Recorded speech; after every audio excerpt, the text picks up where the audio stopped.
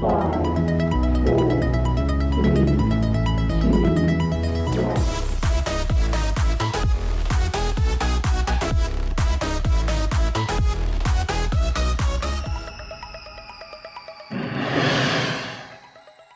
Hello, everybody. Welcome back to the Fitter and Faster Coaches Corner. I'm your host, as always, Mike Murray.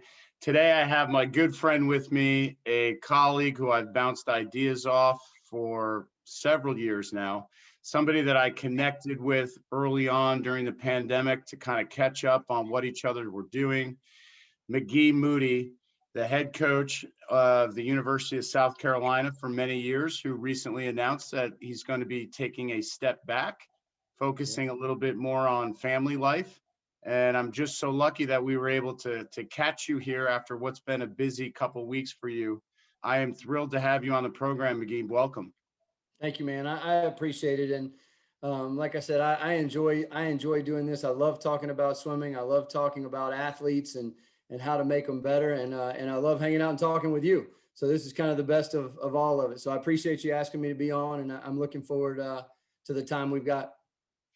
McGee, you've had an incredible career coaching at a lot of different places. When we were talking about what our topic was going to be this week, we had a couple different ideas. The first one that you went to was finding your why as a coach. Mm-hmm. Why is it that people are drawn to this profession? And what keeps us motivated for so many years working with young people and helping to teach them that swimming is a vehicle for success in so many other phases of our life, not just in terms of an athletic career?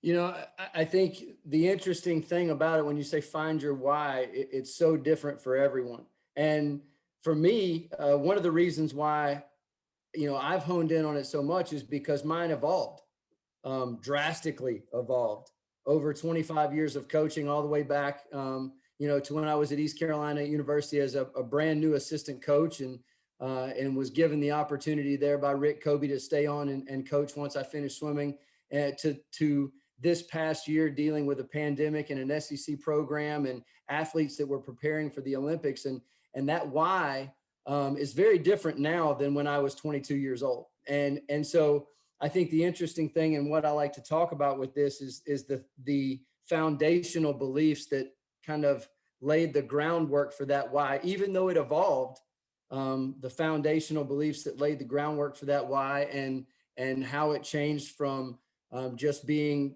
a 22-year-old cutthroat, getting kids to NCAAs. And me and Mark Bernardino used to joke when he was on staff with me, we used to joke about in our younger years, we would have pushed our grandmother down the stairs to get a win. You joke about that, but when I was young, that was it, man. The hours that I put in at Navy, the time I spent with Bill Roberts and Lee Lawrence, it was about winning. But as I progressed through my career, that changed, and it was always important, and will always be important to me, because that's just how I was raised. That's my personality. But it started to kind of change and evolve to a way that when I was younger, winning was about me, I think, in a very transparent sort of way. It was about me. If my athletes were winning, then I was winning. And that, and it kind of changed, and the focus shift from me to them, and being able to help them develop as an athlete, and even more importantly, develop them as a person, and having their parents trust me over that 4 years that they're with our program to help them grow and continue to foster the characteristics that their parents have put into them as they were growing up. And working a lot, Jeff Raker. Jeff played an integral part in my development as a coach over the last few years, and really kind of honed in on what my why was. And as as I kind of pulled more towards that athlete, it became more about helping them and being bigger than their problem. So when they needed something, they could come to coach, and coach could help them. Coach could walk them through those things. And now ultimately, to bringing out those athletes, after their career, and having them ready to go out into the world and use the resources that the University of South Carolina gave them to go out and be successful. And so the evolution was really interesting in terms of my why. I really love that response because you touch on so many things that young coaches or coaches who are earlier in their career are always thinking about. How do I get that athlete to the next level? At our club level, it's how do we score in the top 25 at junior nationals? How do we score in the top 10 at nationals? How do we take 10 kids to Olympic trials? And that becomes consuming in every way possible. It comes consuming of our time, consuming of the material that we expose ourselves to. I had to find the next best set. I had to find out who was writing the greatest workouts.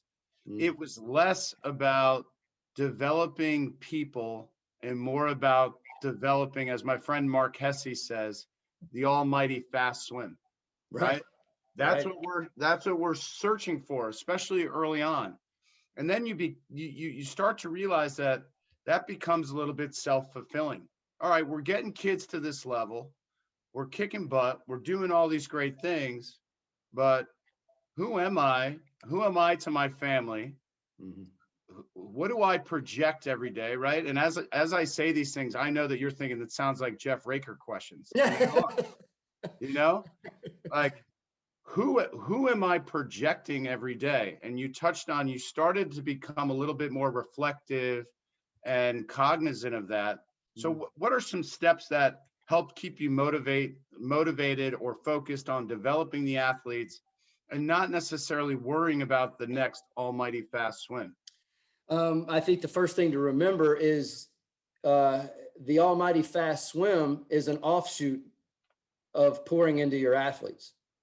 I don't think you get the almighty fast swim without that other facet. And that's what I started to realize. As you know, when I coached at Navy, I worked under Bill Roberts and I worked under Lee Lawrence, and I had the ability as an assistant coach really to hone in on the fast swim. And you're more relational as an assistant coach than you are as a head coach. You're able to strengthen those interpersonal relationships better than you are in a head coaching role, because the head coaching role, whether it be club or whether it be college, it has such a huge umbrella that it's really hard to hone in on the individual. But as an assistant coach, you can hone in on the fast swim. And so my transition from being an assistant to being a head coach, I tried to carry as much of that with me. And I started to realize that if that connection with that athlete is not there, the almighty fast swim is never going to show up. It doesn't matter how talented they are. That you have to have that, whatever it is, like you have to find that thing with that athlete that links them together. We have a young man that used to swim for me at South Carolina, Will Riggs. And our thing was UFC. Every day we were talking UFC. And, you know, I'll use Mark Bernardino as an example a lot through this, but Mark Bernardino and Finn Manuth and Rafa Davia, their thing was soccer. And the interesting thing that I found out later is that Mark didn't even like soccer. The only reason he followed soccer was so he could connect with Finn and Rafa. And it's that relationship that you build with that athlete that opens that door to trust, that when you lay down sets that kids don't like, the painful, the gut wrenching sets that some of them like it. And those kids are really fun to coach, but those kind of sets, it is that relationship that carries them to that point where they buy in, where they go, you know what? I trust coach. I don't like this. This is terrible, but I trust coach. And he knows me. He knows what's going to make me better. He knows what I'm going to respond well to. Let's get after it. And I think the important thing for a young coach to remember is that the almighty fast swim is not necessarily the goal. It's the result. It's the offshoot of that strong relationship that you have with your athletes. And some are easier than others. Some of those relationships are really tough. Like the older I get, the harder it is. I mean, like you start talking about recruiting with some college coaches now, we're recruiting juniors that are 16 years old. I can't relate to a 16-year-old. Like it's hard to, I've got 4 daughters and I have trouble relating with the things they go through. But I think that's the main thing on that, is that almighty fast swim that coaches are ultimately chasing. They have to understand that there's a path to get there. And you won't get there unless you go through that athlete and build that trust. And it takes time.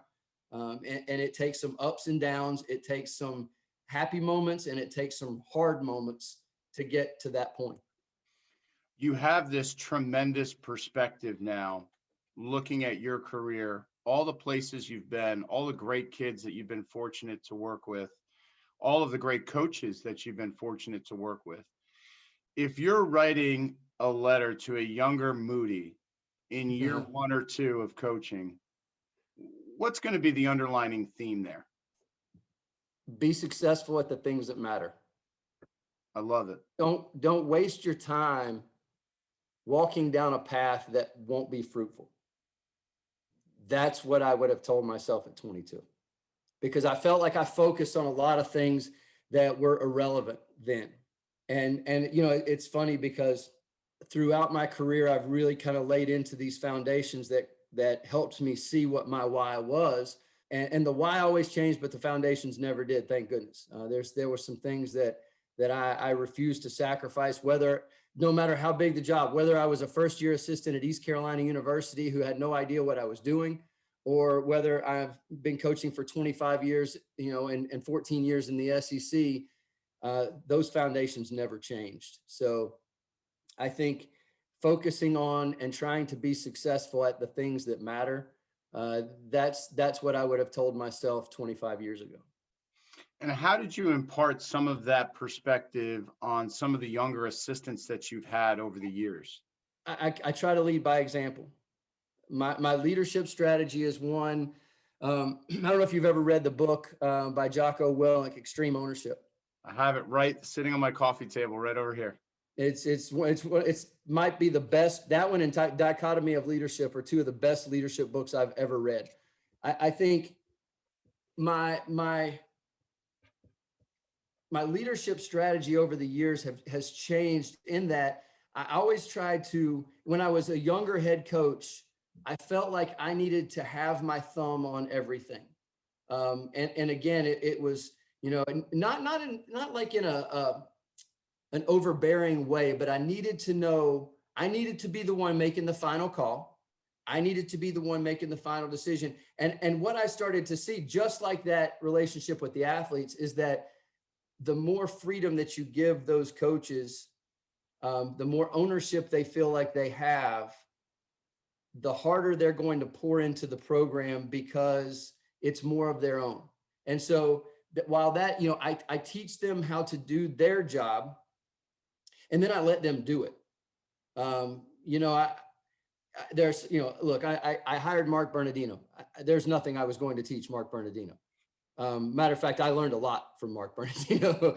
But the younger coaches that come in, or younger coaches that sit down, when we go to a convention or when I go to recruit, and we go to dinner, you know how it is. You go to dinner with coaches, and you go out and you have a drink at night or something like that, and you sit down and you're talking, and that evolution of teaching those young coaches through these conversations and then giving them the freedom to exercise that. I think they're having that ability to make those decisions and not be afraid.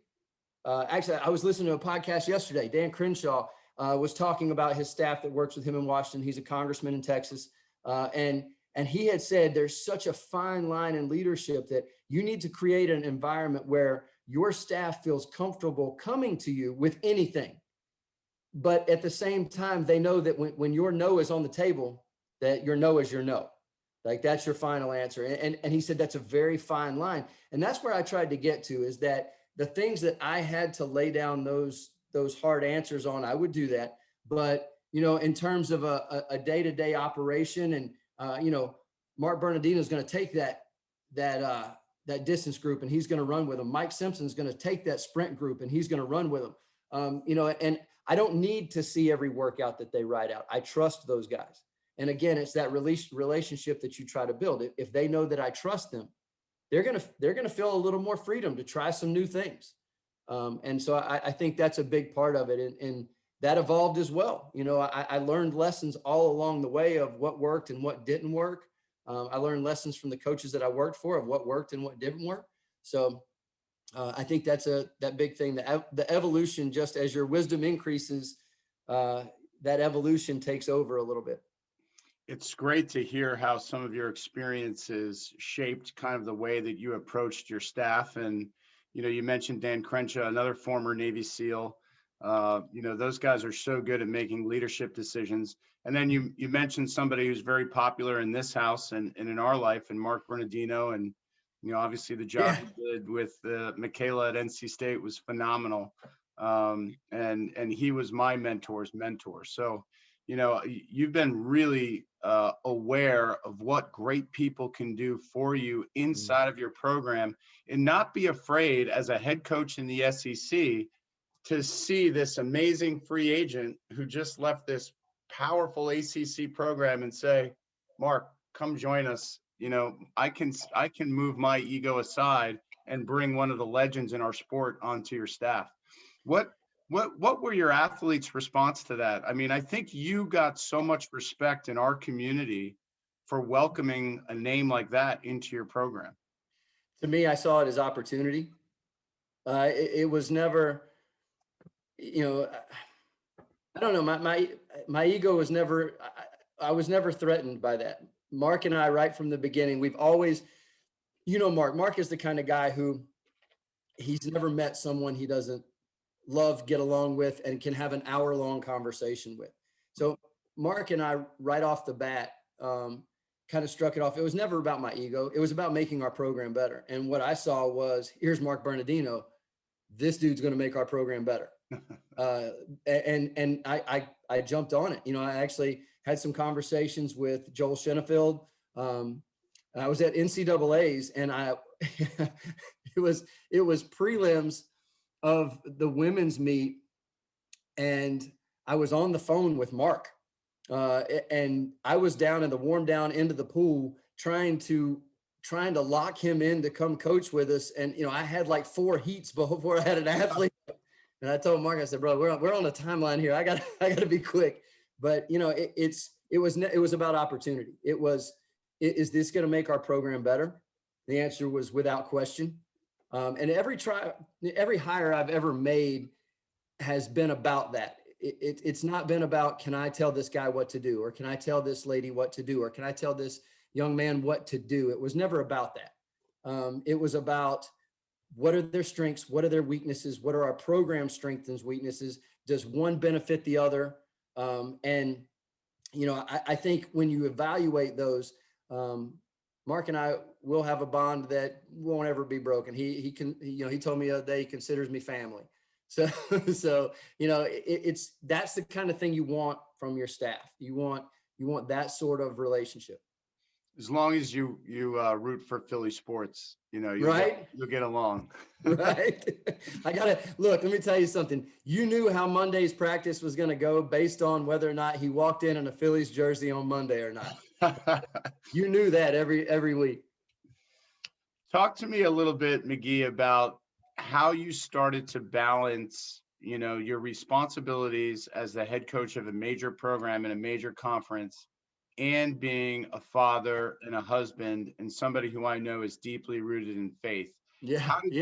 How did you balance those things?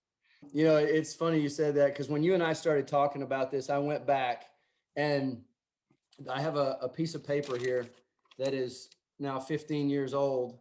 And I sat down the week before I took the South Carolina job, because I viewed it. I didn't know really what to expect. I was coming from the College of William and Mary in Virginia. We had just won a conference championship, the first one in the program's history with the women. The men were on the rise. And all I had ever heard, the SEC that I knew was Jack Bowerly and David Marsh and John Tremblay and Ray Buzzard and, all of these Greg Troy and all these guys, legends.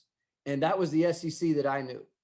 And I was like, I'm going to have to step up my game. I'm going to have to be better. I'm going to have to work harder, because these guys, obviously, they work harder. Now, look, I've learned a lot, and I've gotten to know those men very, very well. And some of them are some of my best friends now.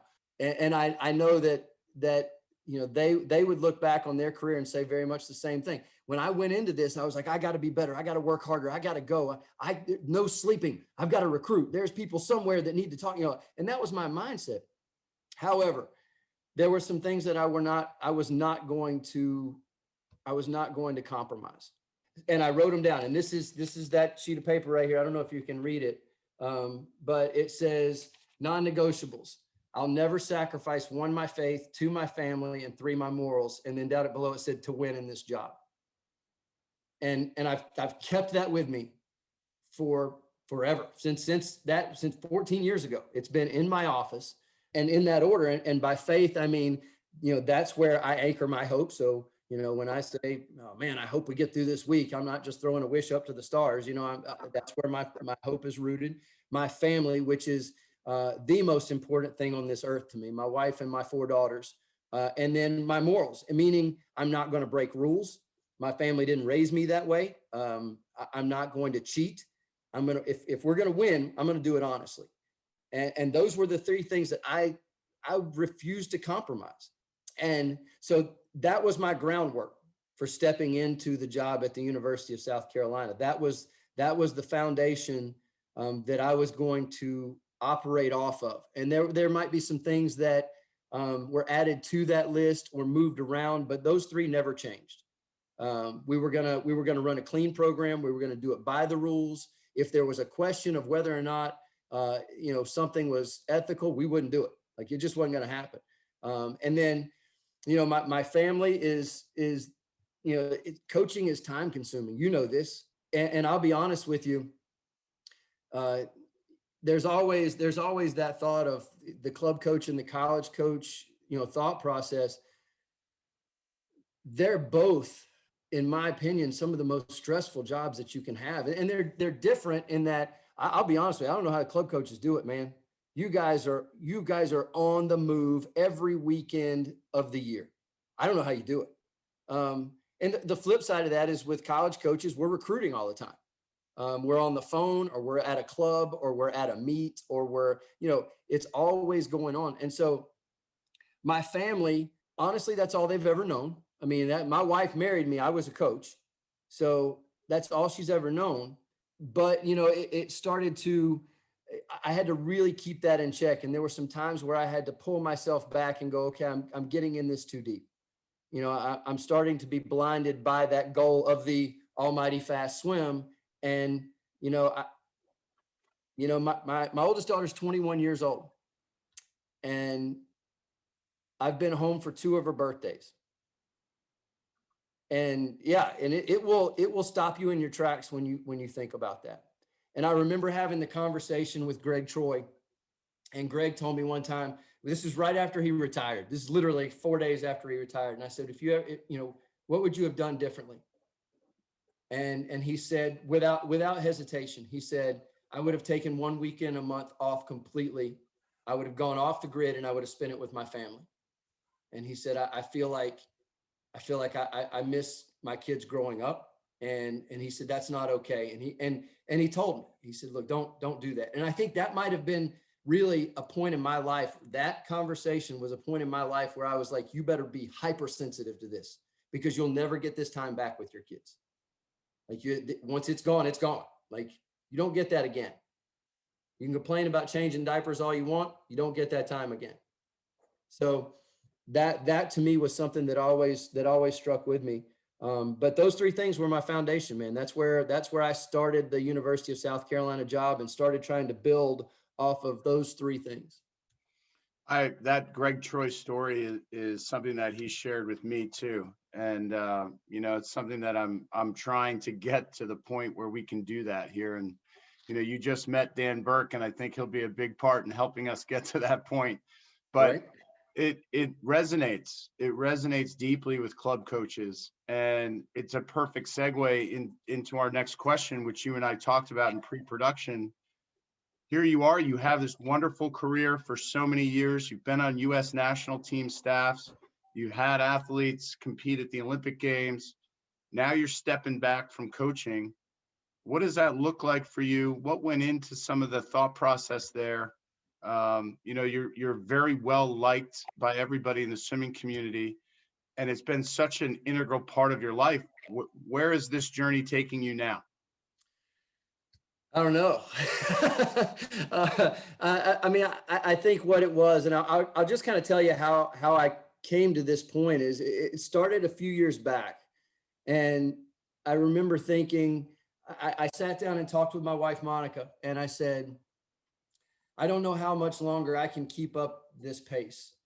And this was coming off of a time where for college coaches, the month of February, March, and then April used to be a time that you kind of got to relax with the new recruiting rules. That's not really the case anymore, but February and March, there were a couple of months there within the last 5-6 years where I might be home 3-4 days.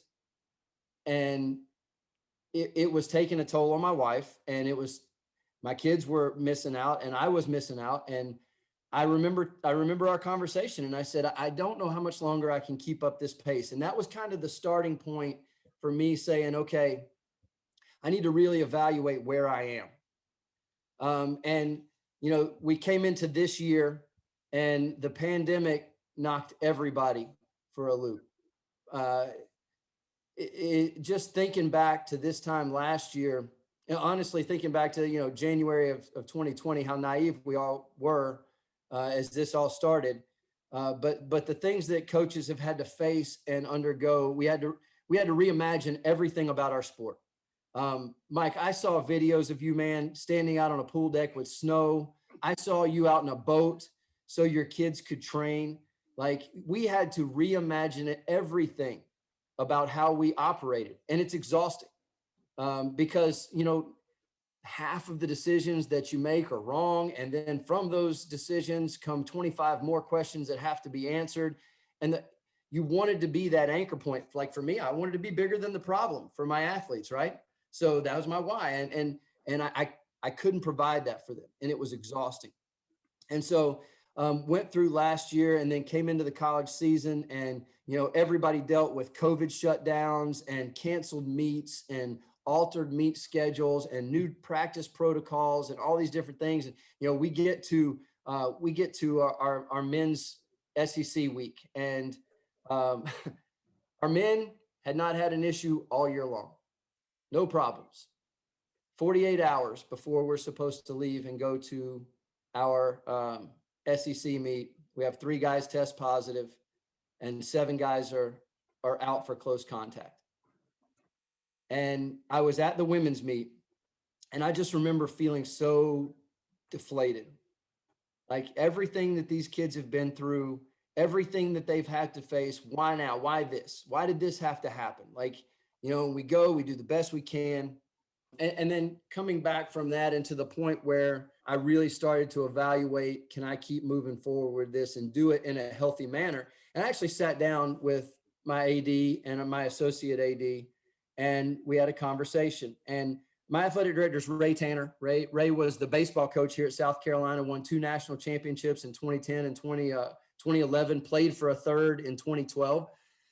And which was awesome, because in 2012 we got to be out there with them at Omaha and go to the games and stuff like that. But and Ray said to me, he goes, I just have a question. He said, can we talk for a few minutes before we discuss contracts or anything like that? Can we talk? And I said, yeah. He goes, you seem tired.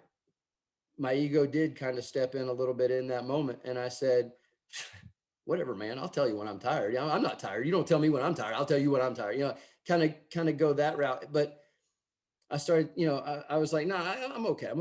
He goes, what I have to ask you, he said, he said, you've done so many good things with the program. He said, we got to keep moving it forward. Do you have more of yourself to put in to the program to keep things rolling forward? And he goes, I don't expect an answer right now. He goes, just think about it. And so I go back and I call my brother on the phone and I'm like, yeah, he told me I was tired. I'm not tired. I'm tougher than that. I can get through this and blah, blah, blah. And my brother goes, but you didn't answer the question. And I said, what are you talking about? He goes, well, are you willing to put more of yourself into this? Can you put more of yourself into this?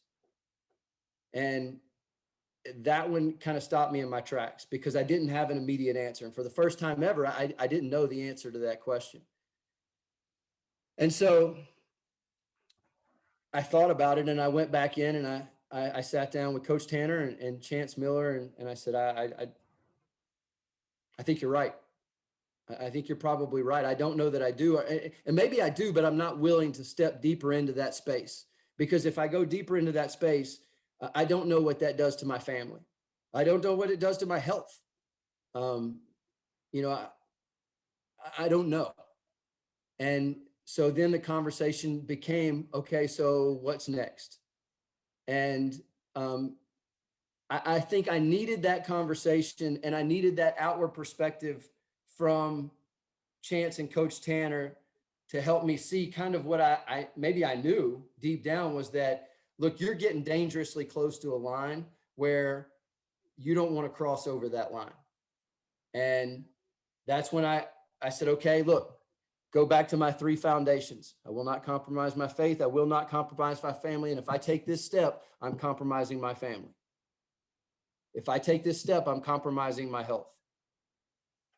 And I love coaching. I love it. It's awesome. I'm not willing to do that for it. There was, I'm drawing a blank on his name right now. There was a pitcher, University of South Carolina, a few years ago. He was drafted by the Angels, and he played a couple seasons, and he just quit. Like he not quit. He decided he was going to retire, and he made the statement that being a baseball player was just a piece of who he was. It didn't define him. And I thought that was really insightful for a kid who's 25 years old to have that. And I thought, you know what, that's really the attitude that I have to take here, that coaching is a piece of who I am. It doesn't define me. It's not all that I am.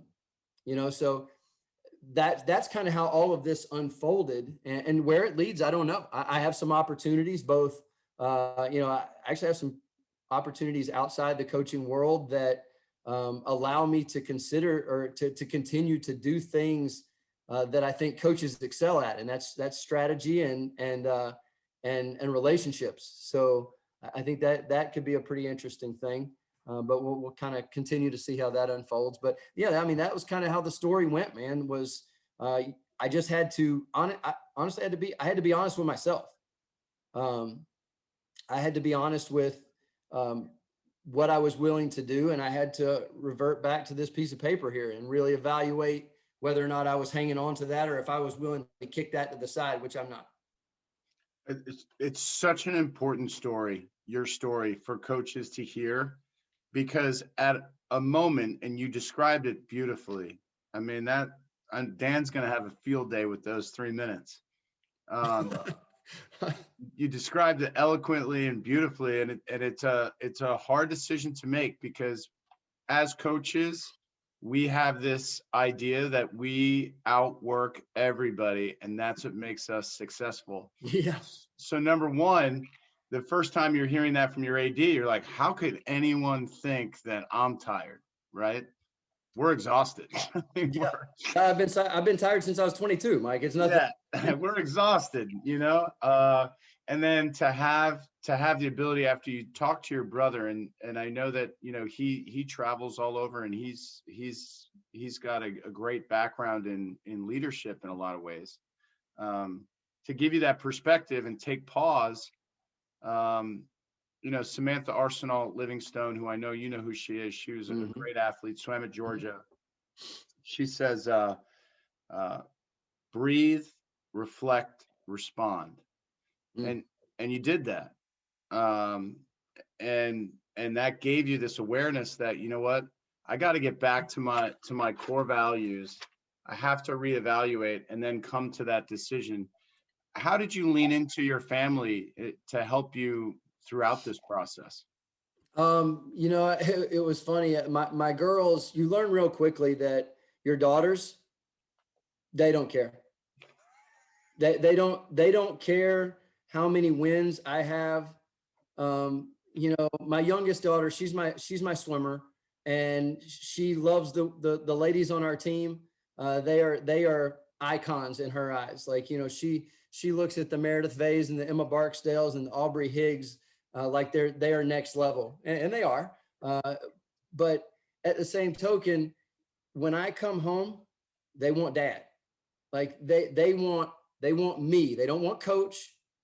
They want me. And sometimes that especially when I was younger, that was hard for me to decipher, for me to distinguish being dad and being coach.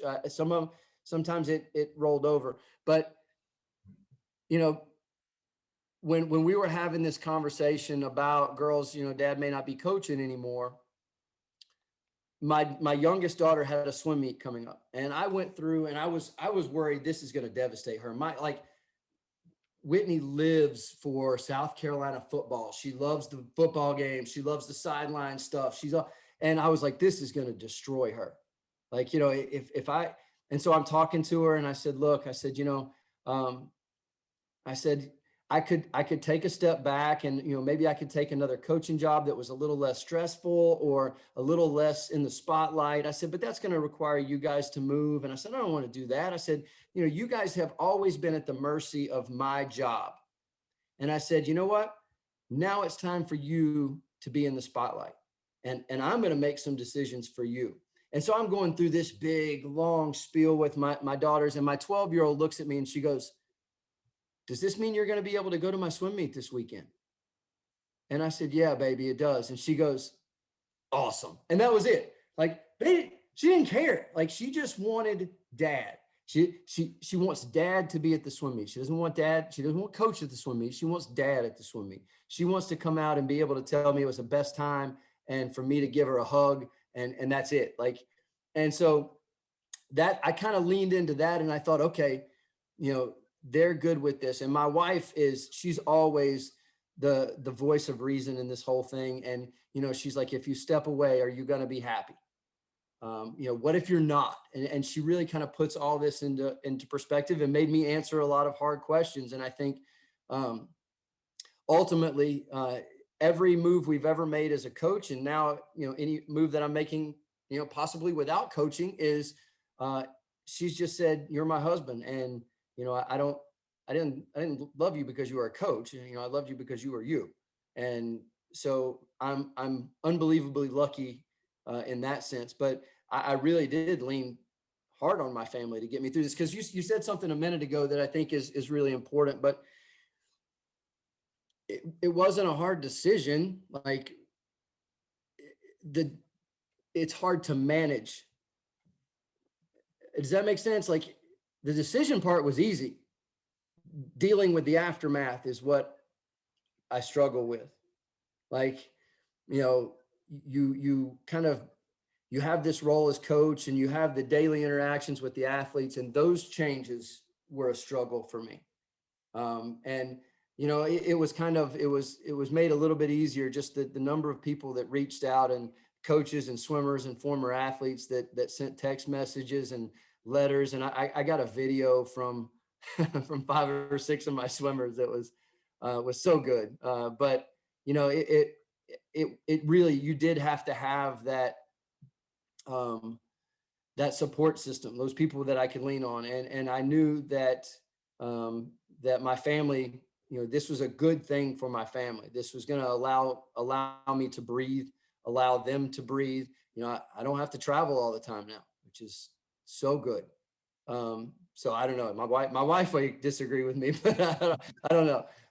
But yeah, that's a kind of a lot on that. But I think I did have to lean into them. But ultimately, they wanted me as dad and me as husband. You know, to them, coach is what I did. That's what I did. But that's not who I was to them. So that moment with your 12-year-old, when you say, you know, we're gonna put the focus on you, and she says, are you gonna come to my meet? I mean, you'll remember that the rest of your life. Absolutely, I will, because that to her was the defining. That was it. Like, if dad comes to the meet, this is awesome. Like, that's all I want. Because she knew so many times, Mike, I've missed so many swim meets. I've missed so many volleyball matches, theater productions, that I'm sitting in a hotel room halfway across the country or halfway across the world, and I'm missing these things. Now, don't get me wrong. All of these events that took place, I wouldn't trade them for anything in the world because it's made us all who we are. But, I've got to pour into that now. I told my 21-year-old, I said, I will not miss another birthday. And those kind of promises I couldn't make before. I mean, I'm in the same position, and those are hard things. Those are hard things. But Daddy, why can't you come to such and such? Well, I'm in California that week. And at the end of the day, how many times are we willing to put ourselves in that position? One of the things that's a challenge in some of this aftermath for you, and you talked about it a little bit, is we thrive on being on deck during practice and being able to interact with the athletes and feel like we're still part of the team. That team aspect that we loved as athletes, swimming for our colleges and our clubs and, representing a group of people, that's going to be one of the biggest challenges for you, isn't it? Yeah, I think so. I mean, there's certain things that I've always done in my life that I've always had. I've always had my family life, my work life, and then the third tier in this is my time, like me. And whether it's hunting, I always have to have something that is not swimming. Like I have to have something completely away from it. And so I think, a few years back, I started training in jiu-jitsu, and it has very much that same team. Your gym, same thing with CrossFit. A lot of people do CrossFit. Ash does CrossFit. There's that team, that community that's in there. And if you can get, if there's something in your personal life that you can get invested in that, it will be difficult. And it's something that I'm still working out how I'm going to kind of navigate that process. But at the same time, like I said, I think it's a necessary step. It's something that, we talk about coaches being masters of strategy. Well, this is my next strategy. This is what I've got to figure out. Like, if this is where I want to get to, I've got to get through point A, B, and C. How do we do that? What's that look like? So this is just another part of that strategy that I have to kind of lean into. One of the questions on my list here today was ask McGee about judo and the significance and healthy benefits for coaches of having hobbies outside of this craft that we pour so much time into.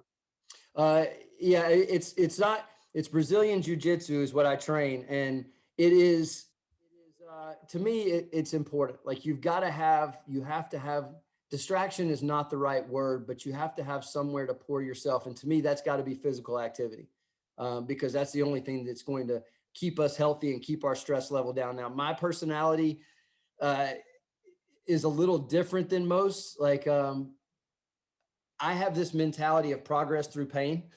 Like that's how, that's why, when I was at Navy, what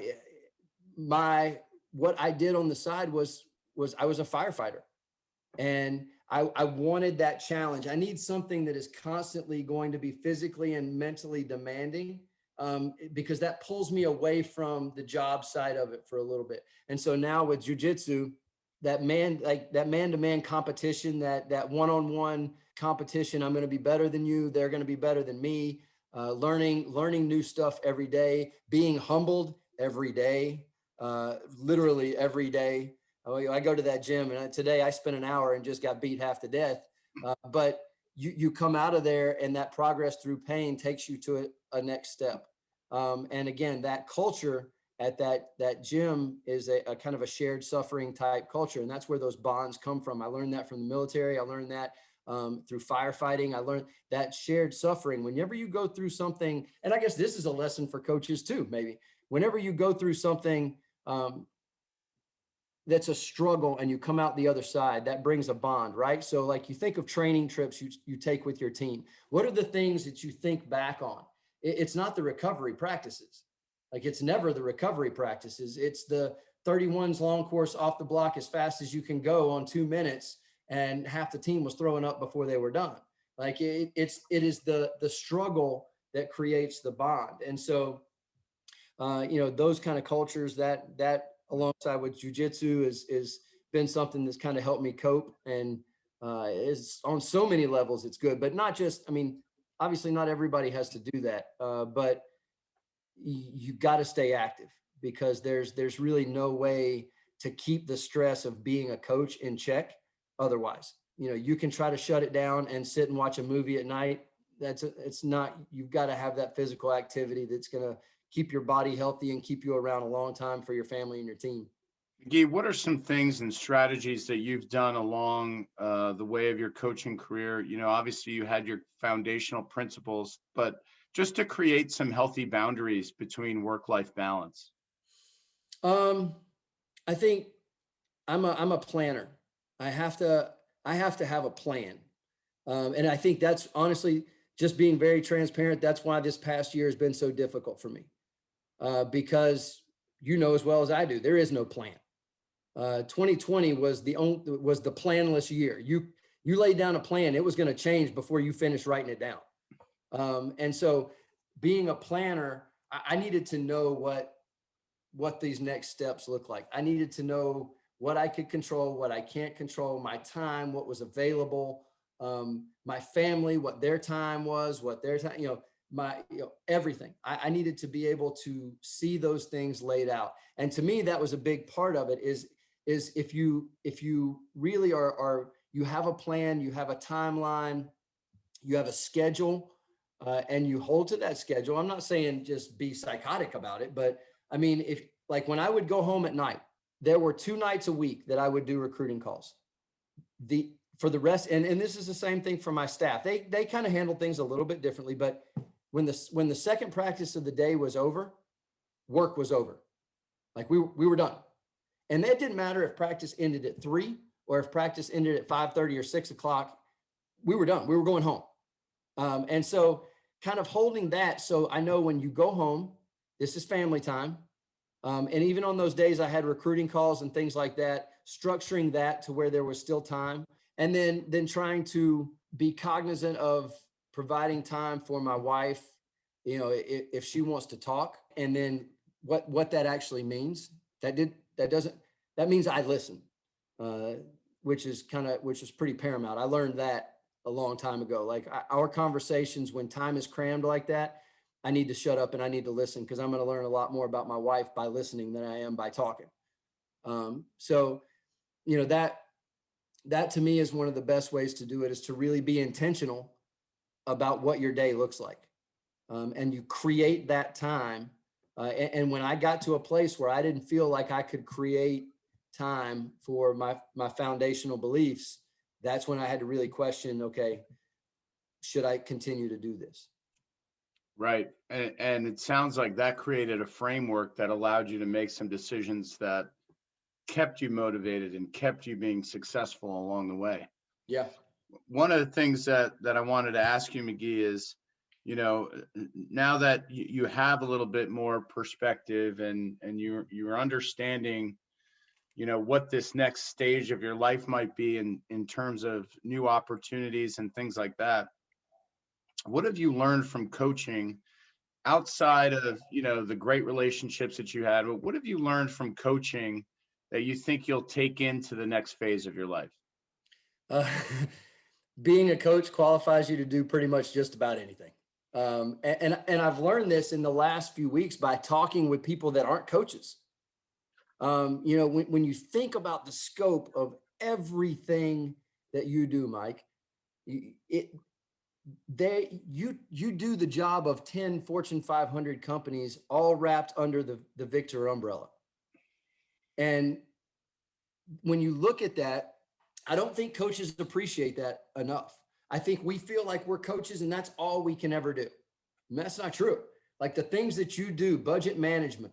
And look, one of the most valuable things that you can be as a coach is someone who thinks outside the box, and you're a master of that. Like you're really good at that. And that is ultimately one of the most valuable constructs right now that businesses are looking for. problem solvers, people that think outside the box. There's nobody more creative with problem solving than coaches, because that's 90%, especially club coaches. You got 60 kids and you've got to put them in, and all of a sudden 10 minutes before practice, somebody comes out and goes, by the way, we've got water aerobics. You've got 3 lanes.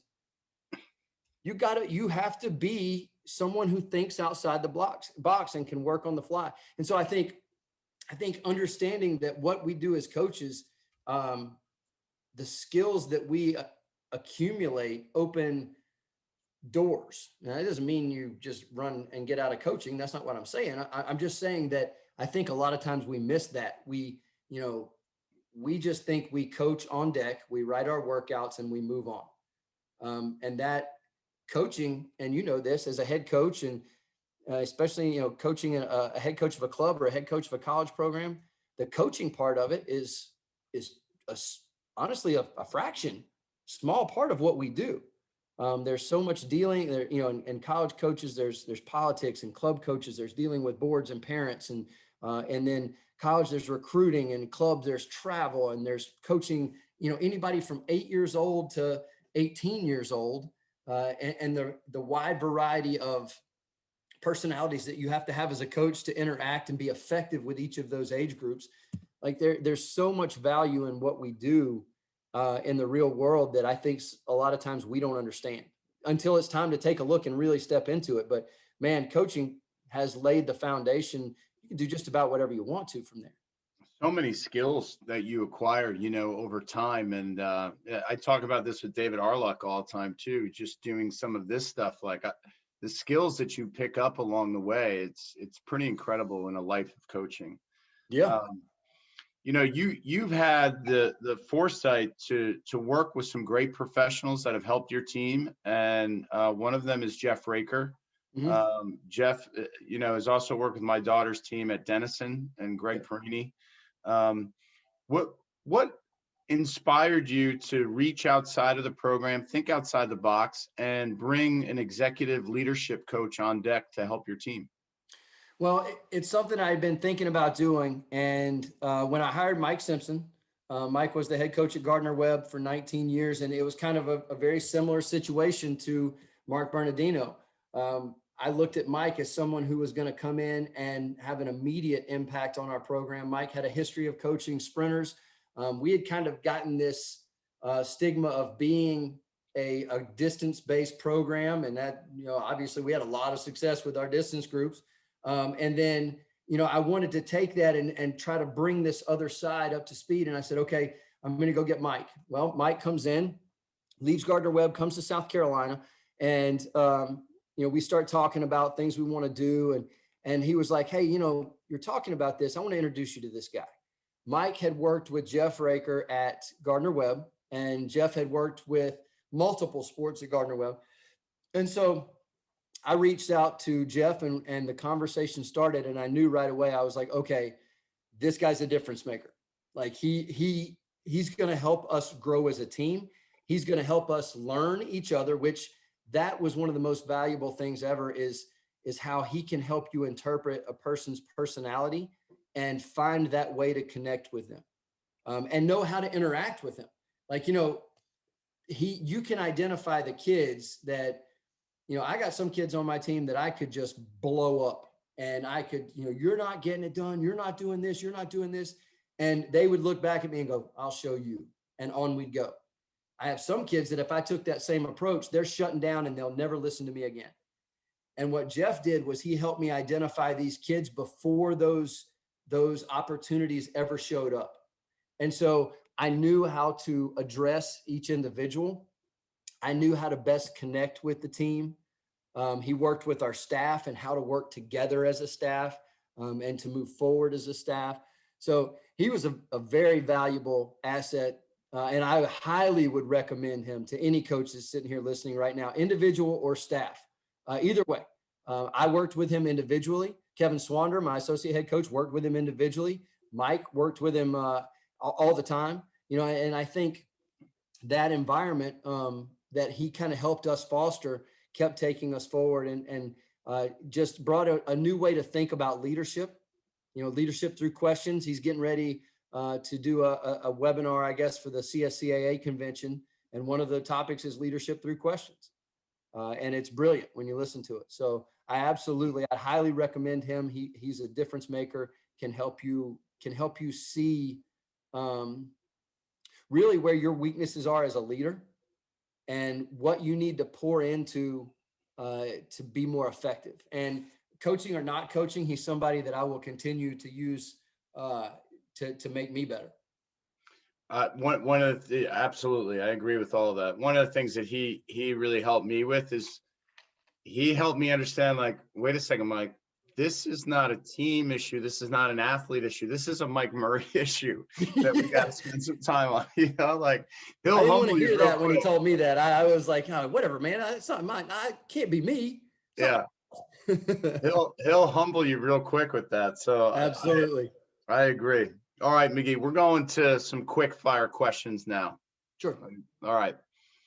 You're a young coach, your first couple years at SC, you talked about this a little bit, but here I am, there's Dave Marsh, there's Greg Troy, I've got these Titans, Jack, everybody. What are you saying to yourself, and looking at the SEC and like, I got to get these pieces to get up to here. What are you saying to yourself in those moments in your first couple of years? Well, I think there was a level of naivety too, that I was like, going into this, my first thought was, don't say anything stupid in front of these guys. That was my first thought. Don't make a fool of yourself. And so I think my first SEC head coaches meeting, I think I might've said 3 words, and one of them was present. So, I don't know, but, I think going into it, my first thing was, okay, in the SEC, the reality is it's easier to move up in the NCAA than it is to move up in the SEC. The year our men finished 14th, 13th at NC2As, I think it was 2015, 2016. We were 6th in the SEC. And so that conference, going in with the understanding that this is what you're up against, you have to be very clear. You have to be honest with yourself again and say, this is where we are. What do my bosses want from me? And, they were clear. They said, I want you to focus on NCAAs, bring in those Directors Cup points, which we did. I think 2016, we brought in 99 points for the Directors Cup between our men's and women's program. And the only team that did that was women's basketball. And that was the year we won our national championship. And so we focused on that, but the understanding that you're not going to come in this conference and go from 10th in the conference to 1st in 2 years. You've got to set your 5-year plan in motion, and you've got to start to climb the ladder. And that's what we did. But yeah, I mean, going back to the first meeting, these are guys that I always looked at as just superhuman. And I tell a story about when I was younger. Steve Youngbluth and I, Steve's the associate head coach down with Florida men, where we went to dinner one night, and it was David Marsh, Salo, John Urbanchek, and I don't even know how Steve and I ended up at this table, but we went to dinner with them, and I just kind of hooked onto them and went with them. I knew David, and they were having a conversation about whether, with elite athletes, do you continue to develop the catch or develop the kick first? What leads? And I remember sitting at this table and listening to these guys and just thinking, I was writing notes on a napkin. I borrowed a pen from a waiter and was taking notes on a napkin. And then all of a sudden, here I am in a conference with a lot of these guys that I had the utmost respect for. The Matt Krediches, the Jack Bowerleys, the Greg Troys, all of these guys that I've always looked up to. And my, like I said, my first thought was just don't say anything stupid. That's your first victory, and then build from there. But those men now are some of my closest friends, and will remain that way forever. That was one of the things that I think has changed about the SEC, without going on too much about this, but the SEC used to be cutthroat. Coaches hated each other. And that started to evolve. I think the SEC coaches now are they're great friends. So I consider myself unbelievably lucky to have had the opportunity to coach alongside the men and women in that conference. What do you think about the future of NCAA swimming and diving? I think it's very, very uncertain. And that upsets me deeply. I think we've lost sight of what college athletics is supposed to be about. I think we've let the almighty dollar take charge. And I think it's going to come at the expense of some of our, I don't want to just say swimming, but college athletes, some of the best athletes and best people are going to lose opportunities. You need to watch real closely what goes on. I don't know if people are paying attention to the Austin case. I don't know if people are paying attention to all this stuff going on with name, image, and likeness. But if some of these things if they pass, Olympic sports are probably going to go away. And that's a shame. Like I said, we've lost sight of what college sports is supposed to be. It's my hope that there's somebody with enough decision-making power who has the courage to step up and go, we have to stop this madness. Say whatever you want to about athletes being paid. We've seemed to have disregarded the value of a scholarship these days. And people that know the inside workings of college athletics, people that have no idea, talk about how much money all these athletic departments have. All that money that you think athletic departments have gets pushed back into facilities. And again, we know what pulls the carriage. We know that football is where the money goes, but every college coach in the country will tell you, especially Power 5, football drives, and if football is not successful, we suffer. Well, that's going one step farther now. If they go to paying these players, they're not talking about paying swimmers, Mike. They're not talking about paying golfers. They're not talking about paying tennis players. And the bad thing is they're pitching it to these athletes like we're talking about paying everyone. And that's not the case. So all the athletes are on board. When they say to an athlete, don't you guys want to make money? Well, of course they do. Everybody wants to make money. That's not what's going to happen. A very select few are going to be able to make money off of their name and their face. Everybody else is going to suffer along that trip. And I think we have to come to that reality, and somebody has to have the courage to step up and say, we got to stop this. I really appreciate that honest take. And from somebody who spent so much time in the business, you certainly have an understanding of it. Excited about the ISL and the potential for the ISL? Man, I think that changes the way we look at swimming. And, at first I was like, oh God, is this gonna, we've been talking about this. I watched the first couple of meets and I'm like, this is awesome. It's like you bring that team aspect to swimming at a professional level. They hone in on the teams, the energy from the athletes on the side, cheering for their teammates, the point scoring, the strategy behind it. It brings a whole different level. And it's something that I do believe they'll continue to evolve. And I love it. Some of our athletes have had the opportunity to compete. Brandon Almeida, Tom Parabonio, Emma Barksdale. We've had a lot of athletes that have competed in the ISL, and they love it. They enjoy it. They love the camaraderie. They love being a part of those teams and being able to keep that college feel to now their professional swimming career. For sure. We had fun following it this year in our house too. It was awesome. Yep. This is a question I've been excited to ask you all day. Power shift, West Coast to East Coast. You got Virginia and NC State now, Cal, Stanford, not 1-2. What do you think about that? God, I don't know. I think it's hard to tell based on this year. Right. I can tell you this. Todd DeSorbo and Braden Holloway, they get a lot of attention. They don't get enough. They are really, really good at what they do. And that is not to say that Greg Meehan or Dave Durden do not, because they obviously do. But what I'm saying is we have young coaches coming up. I'm old enough now that I can call Todd DeSorbo young. but we have young coaches coming up that are creative. They relate. They know how to build fast swimmers. They know how to build good people. I don't know that there's a shift, but I will tell you this: the East Coast is going to be hard to beat for the next few years. That's my opinion, and I think there'll always be a West Coast California draw from a recruiting standpoint, but Todd and Braden and these guys, they seem to be overcoming that.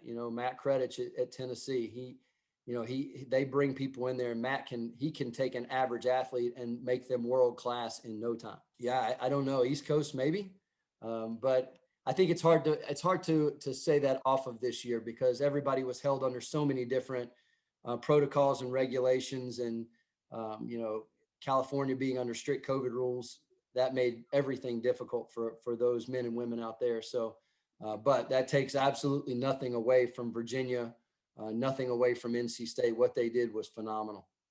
How about Lars Jorgensen too with that Kentucky team? I'm telling you what, one of the biggest things, and I get on to Joel and Greg Earhart at College Swimming all the time. I was so excited a few years back to hear Lars Jorgensen talk about coaching backstroke. And that year they had decided to go to more of a TED Talk type thing. So they gave him like 12 minutes, and he started talking, and his time was up. And I remember that's the only time I've ever been sitting in a CSCAA like talk where I was like, no, we got to let him keep going. Like he's got to keep talking. Lars has built a powerhouse. His women were so good at SECs, man. And he's he's very deserving, such a nice guy, such a great coach. So yeah, he's definitely on that list.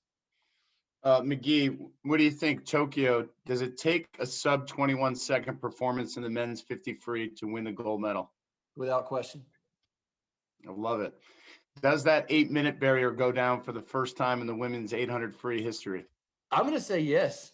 Well, I mean, just because if I go on record as saying yes, I'm going to totally invest in that race when I watch it in Tokyo, man. I'm just going to be all in on it.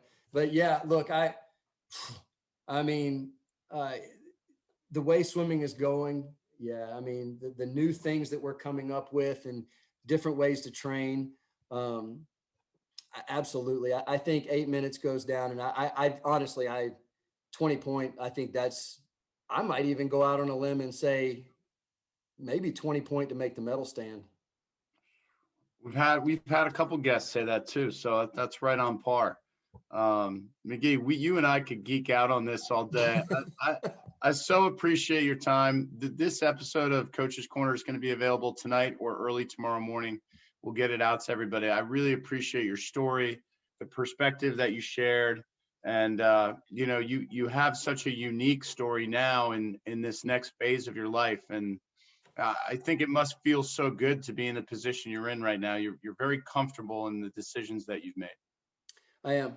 And I think just keeping that happiness and keeping that balance. And, when you're stressed, go to the mats and hit a jiu-jitsu training session and come back and hang out with your family. That's kind of where I am right now. So life is good, man. My grandfather used to tell me life is it's a good day above ground. That was what he always told me. So life's good. We're happy. We're smiling. There'll be days that I will wake up and painfully miss swimming. But when I look at the trade-offs, I will have zero regrets. Well, listen, man, I appreciate our friendship first and foremost, and I appreciate you taking the time today with me, and looking forward to getting this episode out with everybody. Awesome, man. I appreciate it more than you'll ever know, and hopefully we can continue. As we get close to the Olympics, let's do this again, and let's really put some pressure on me with that 8-minute call, okay? Will do, man. All right, buddy. Thank you.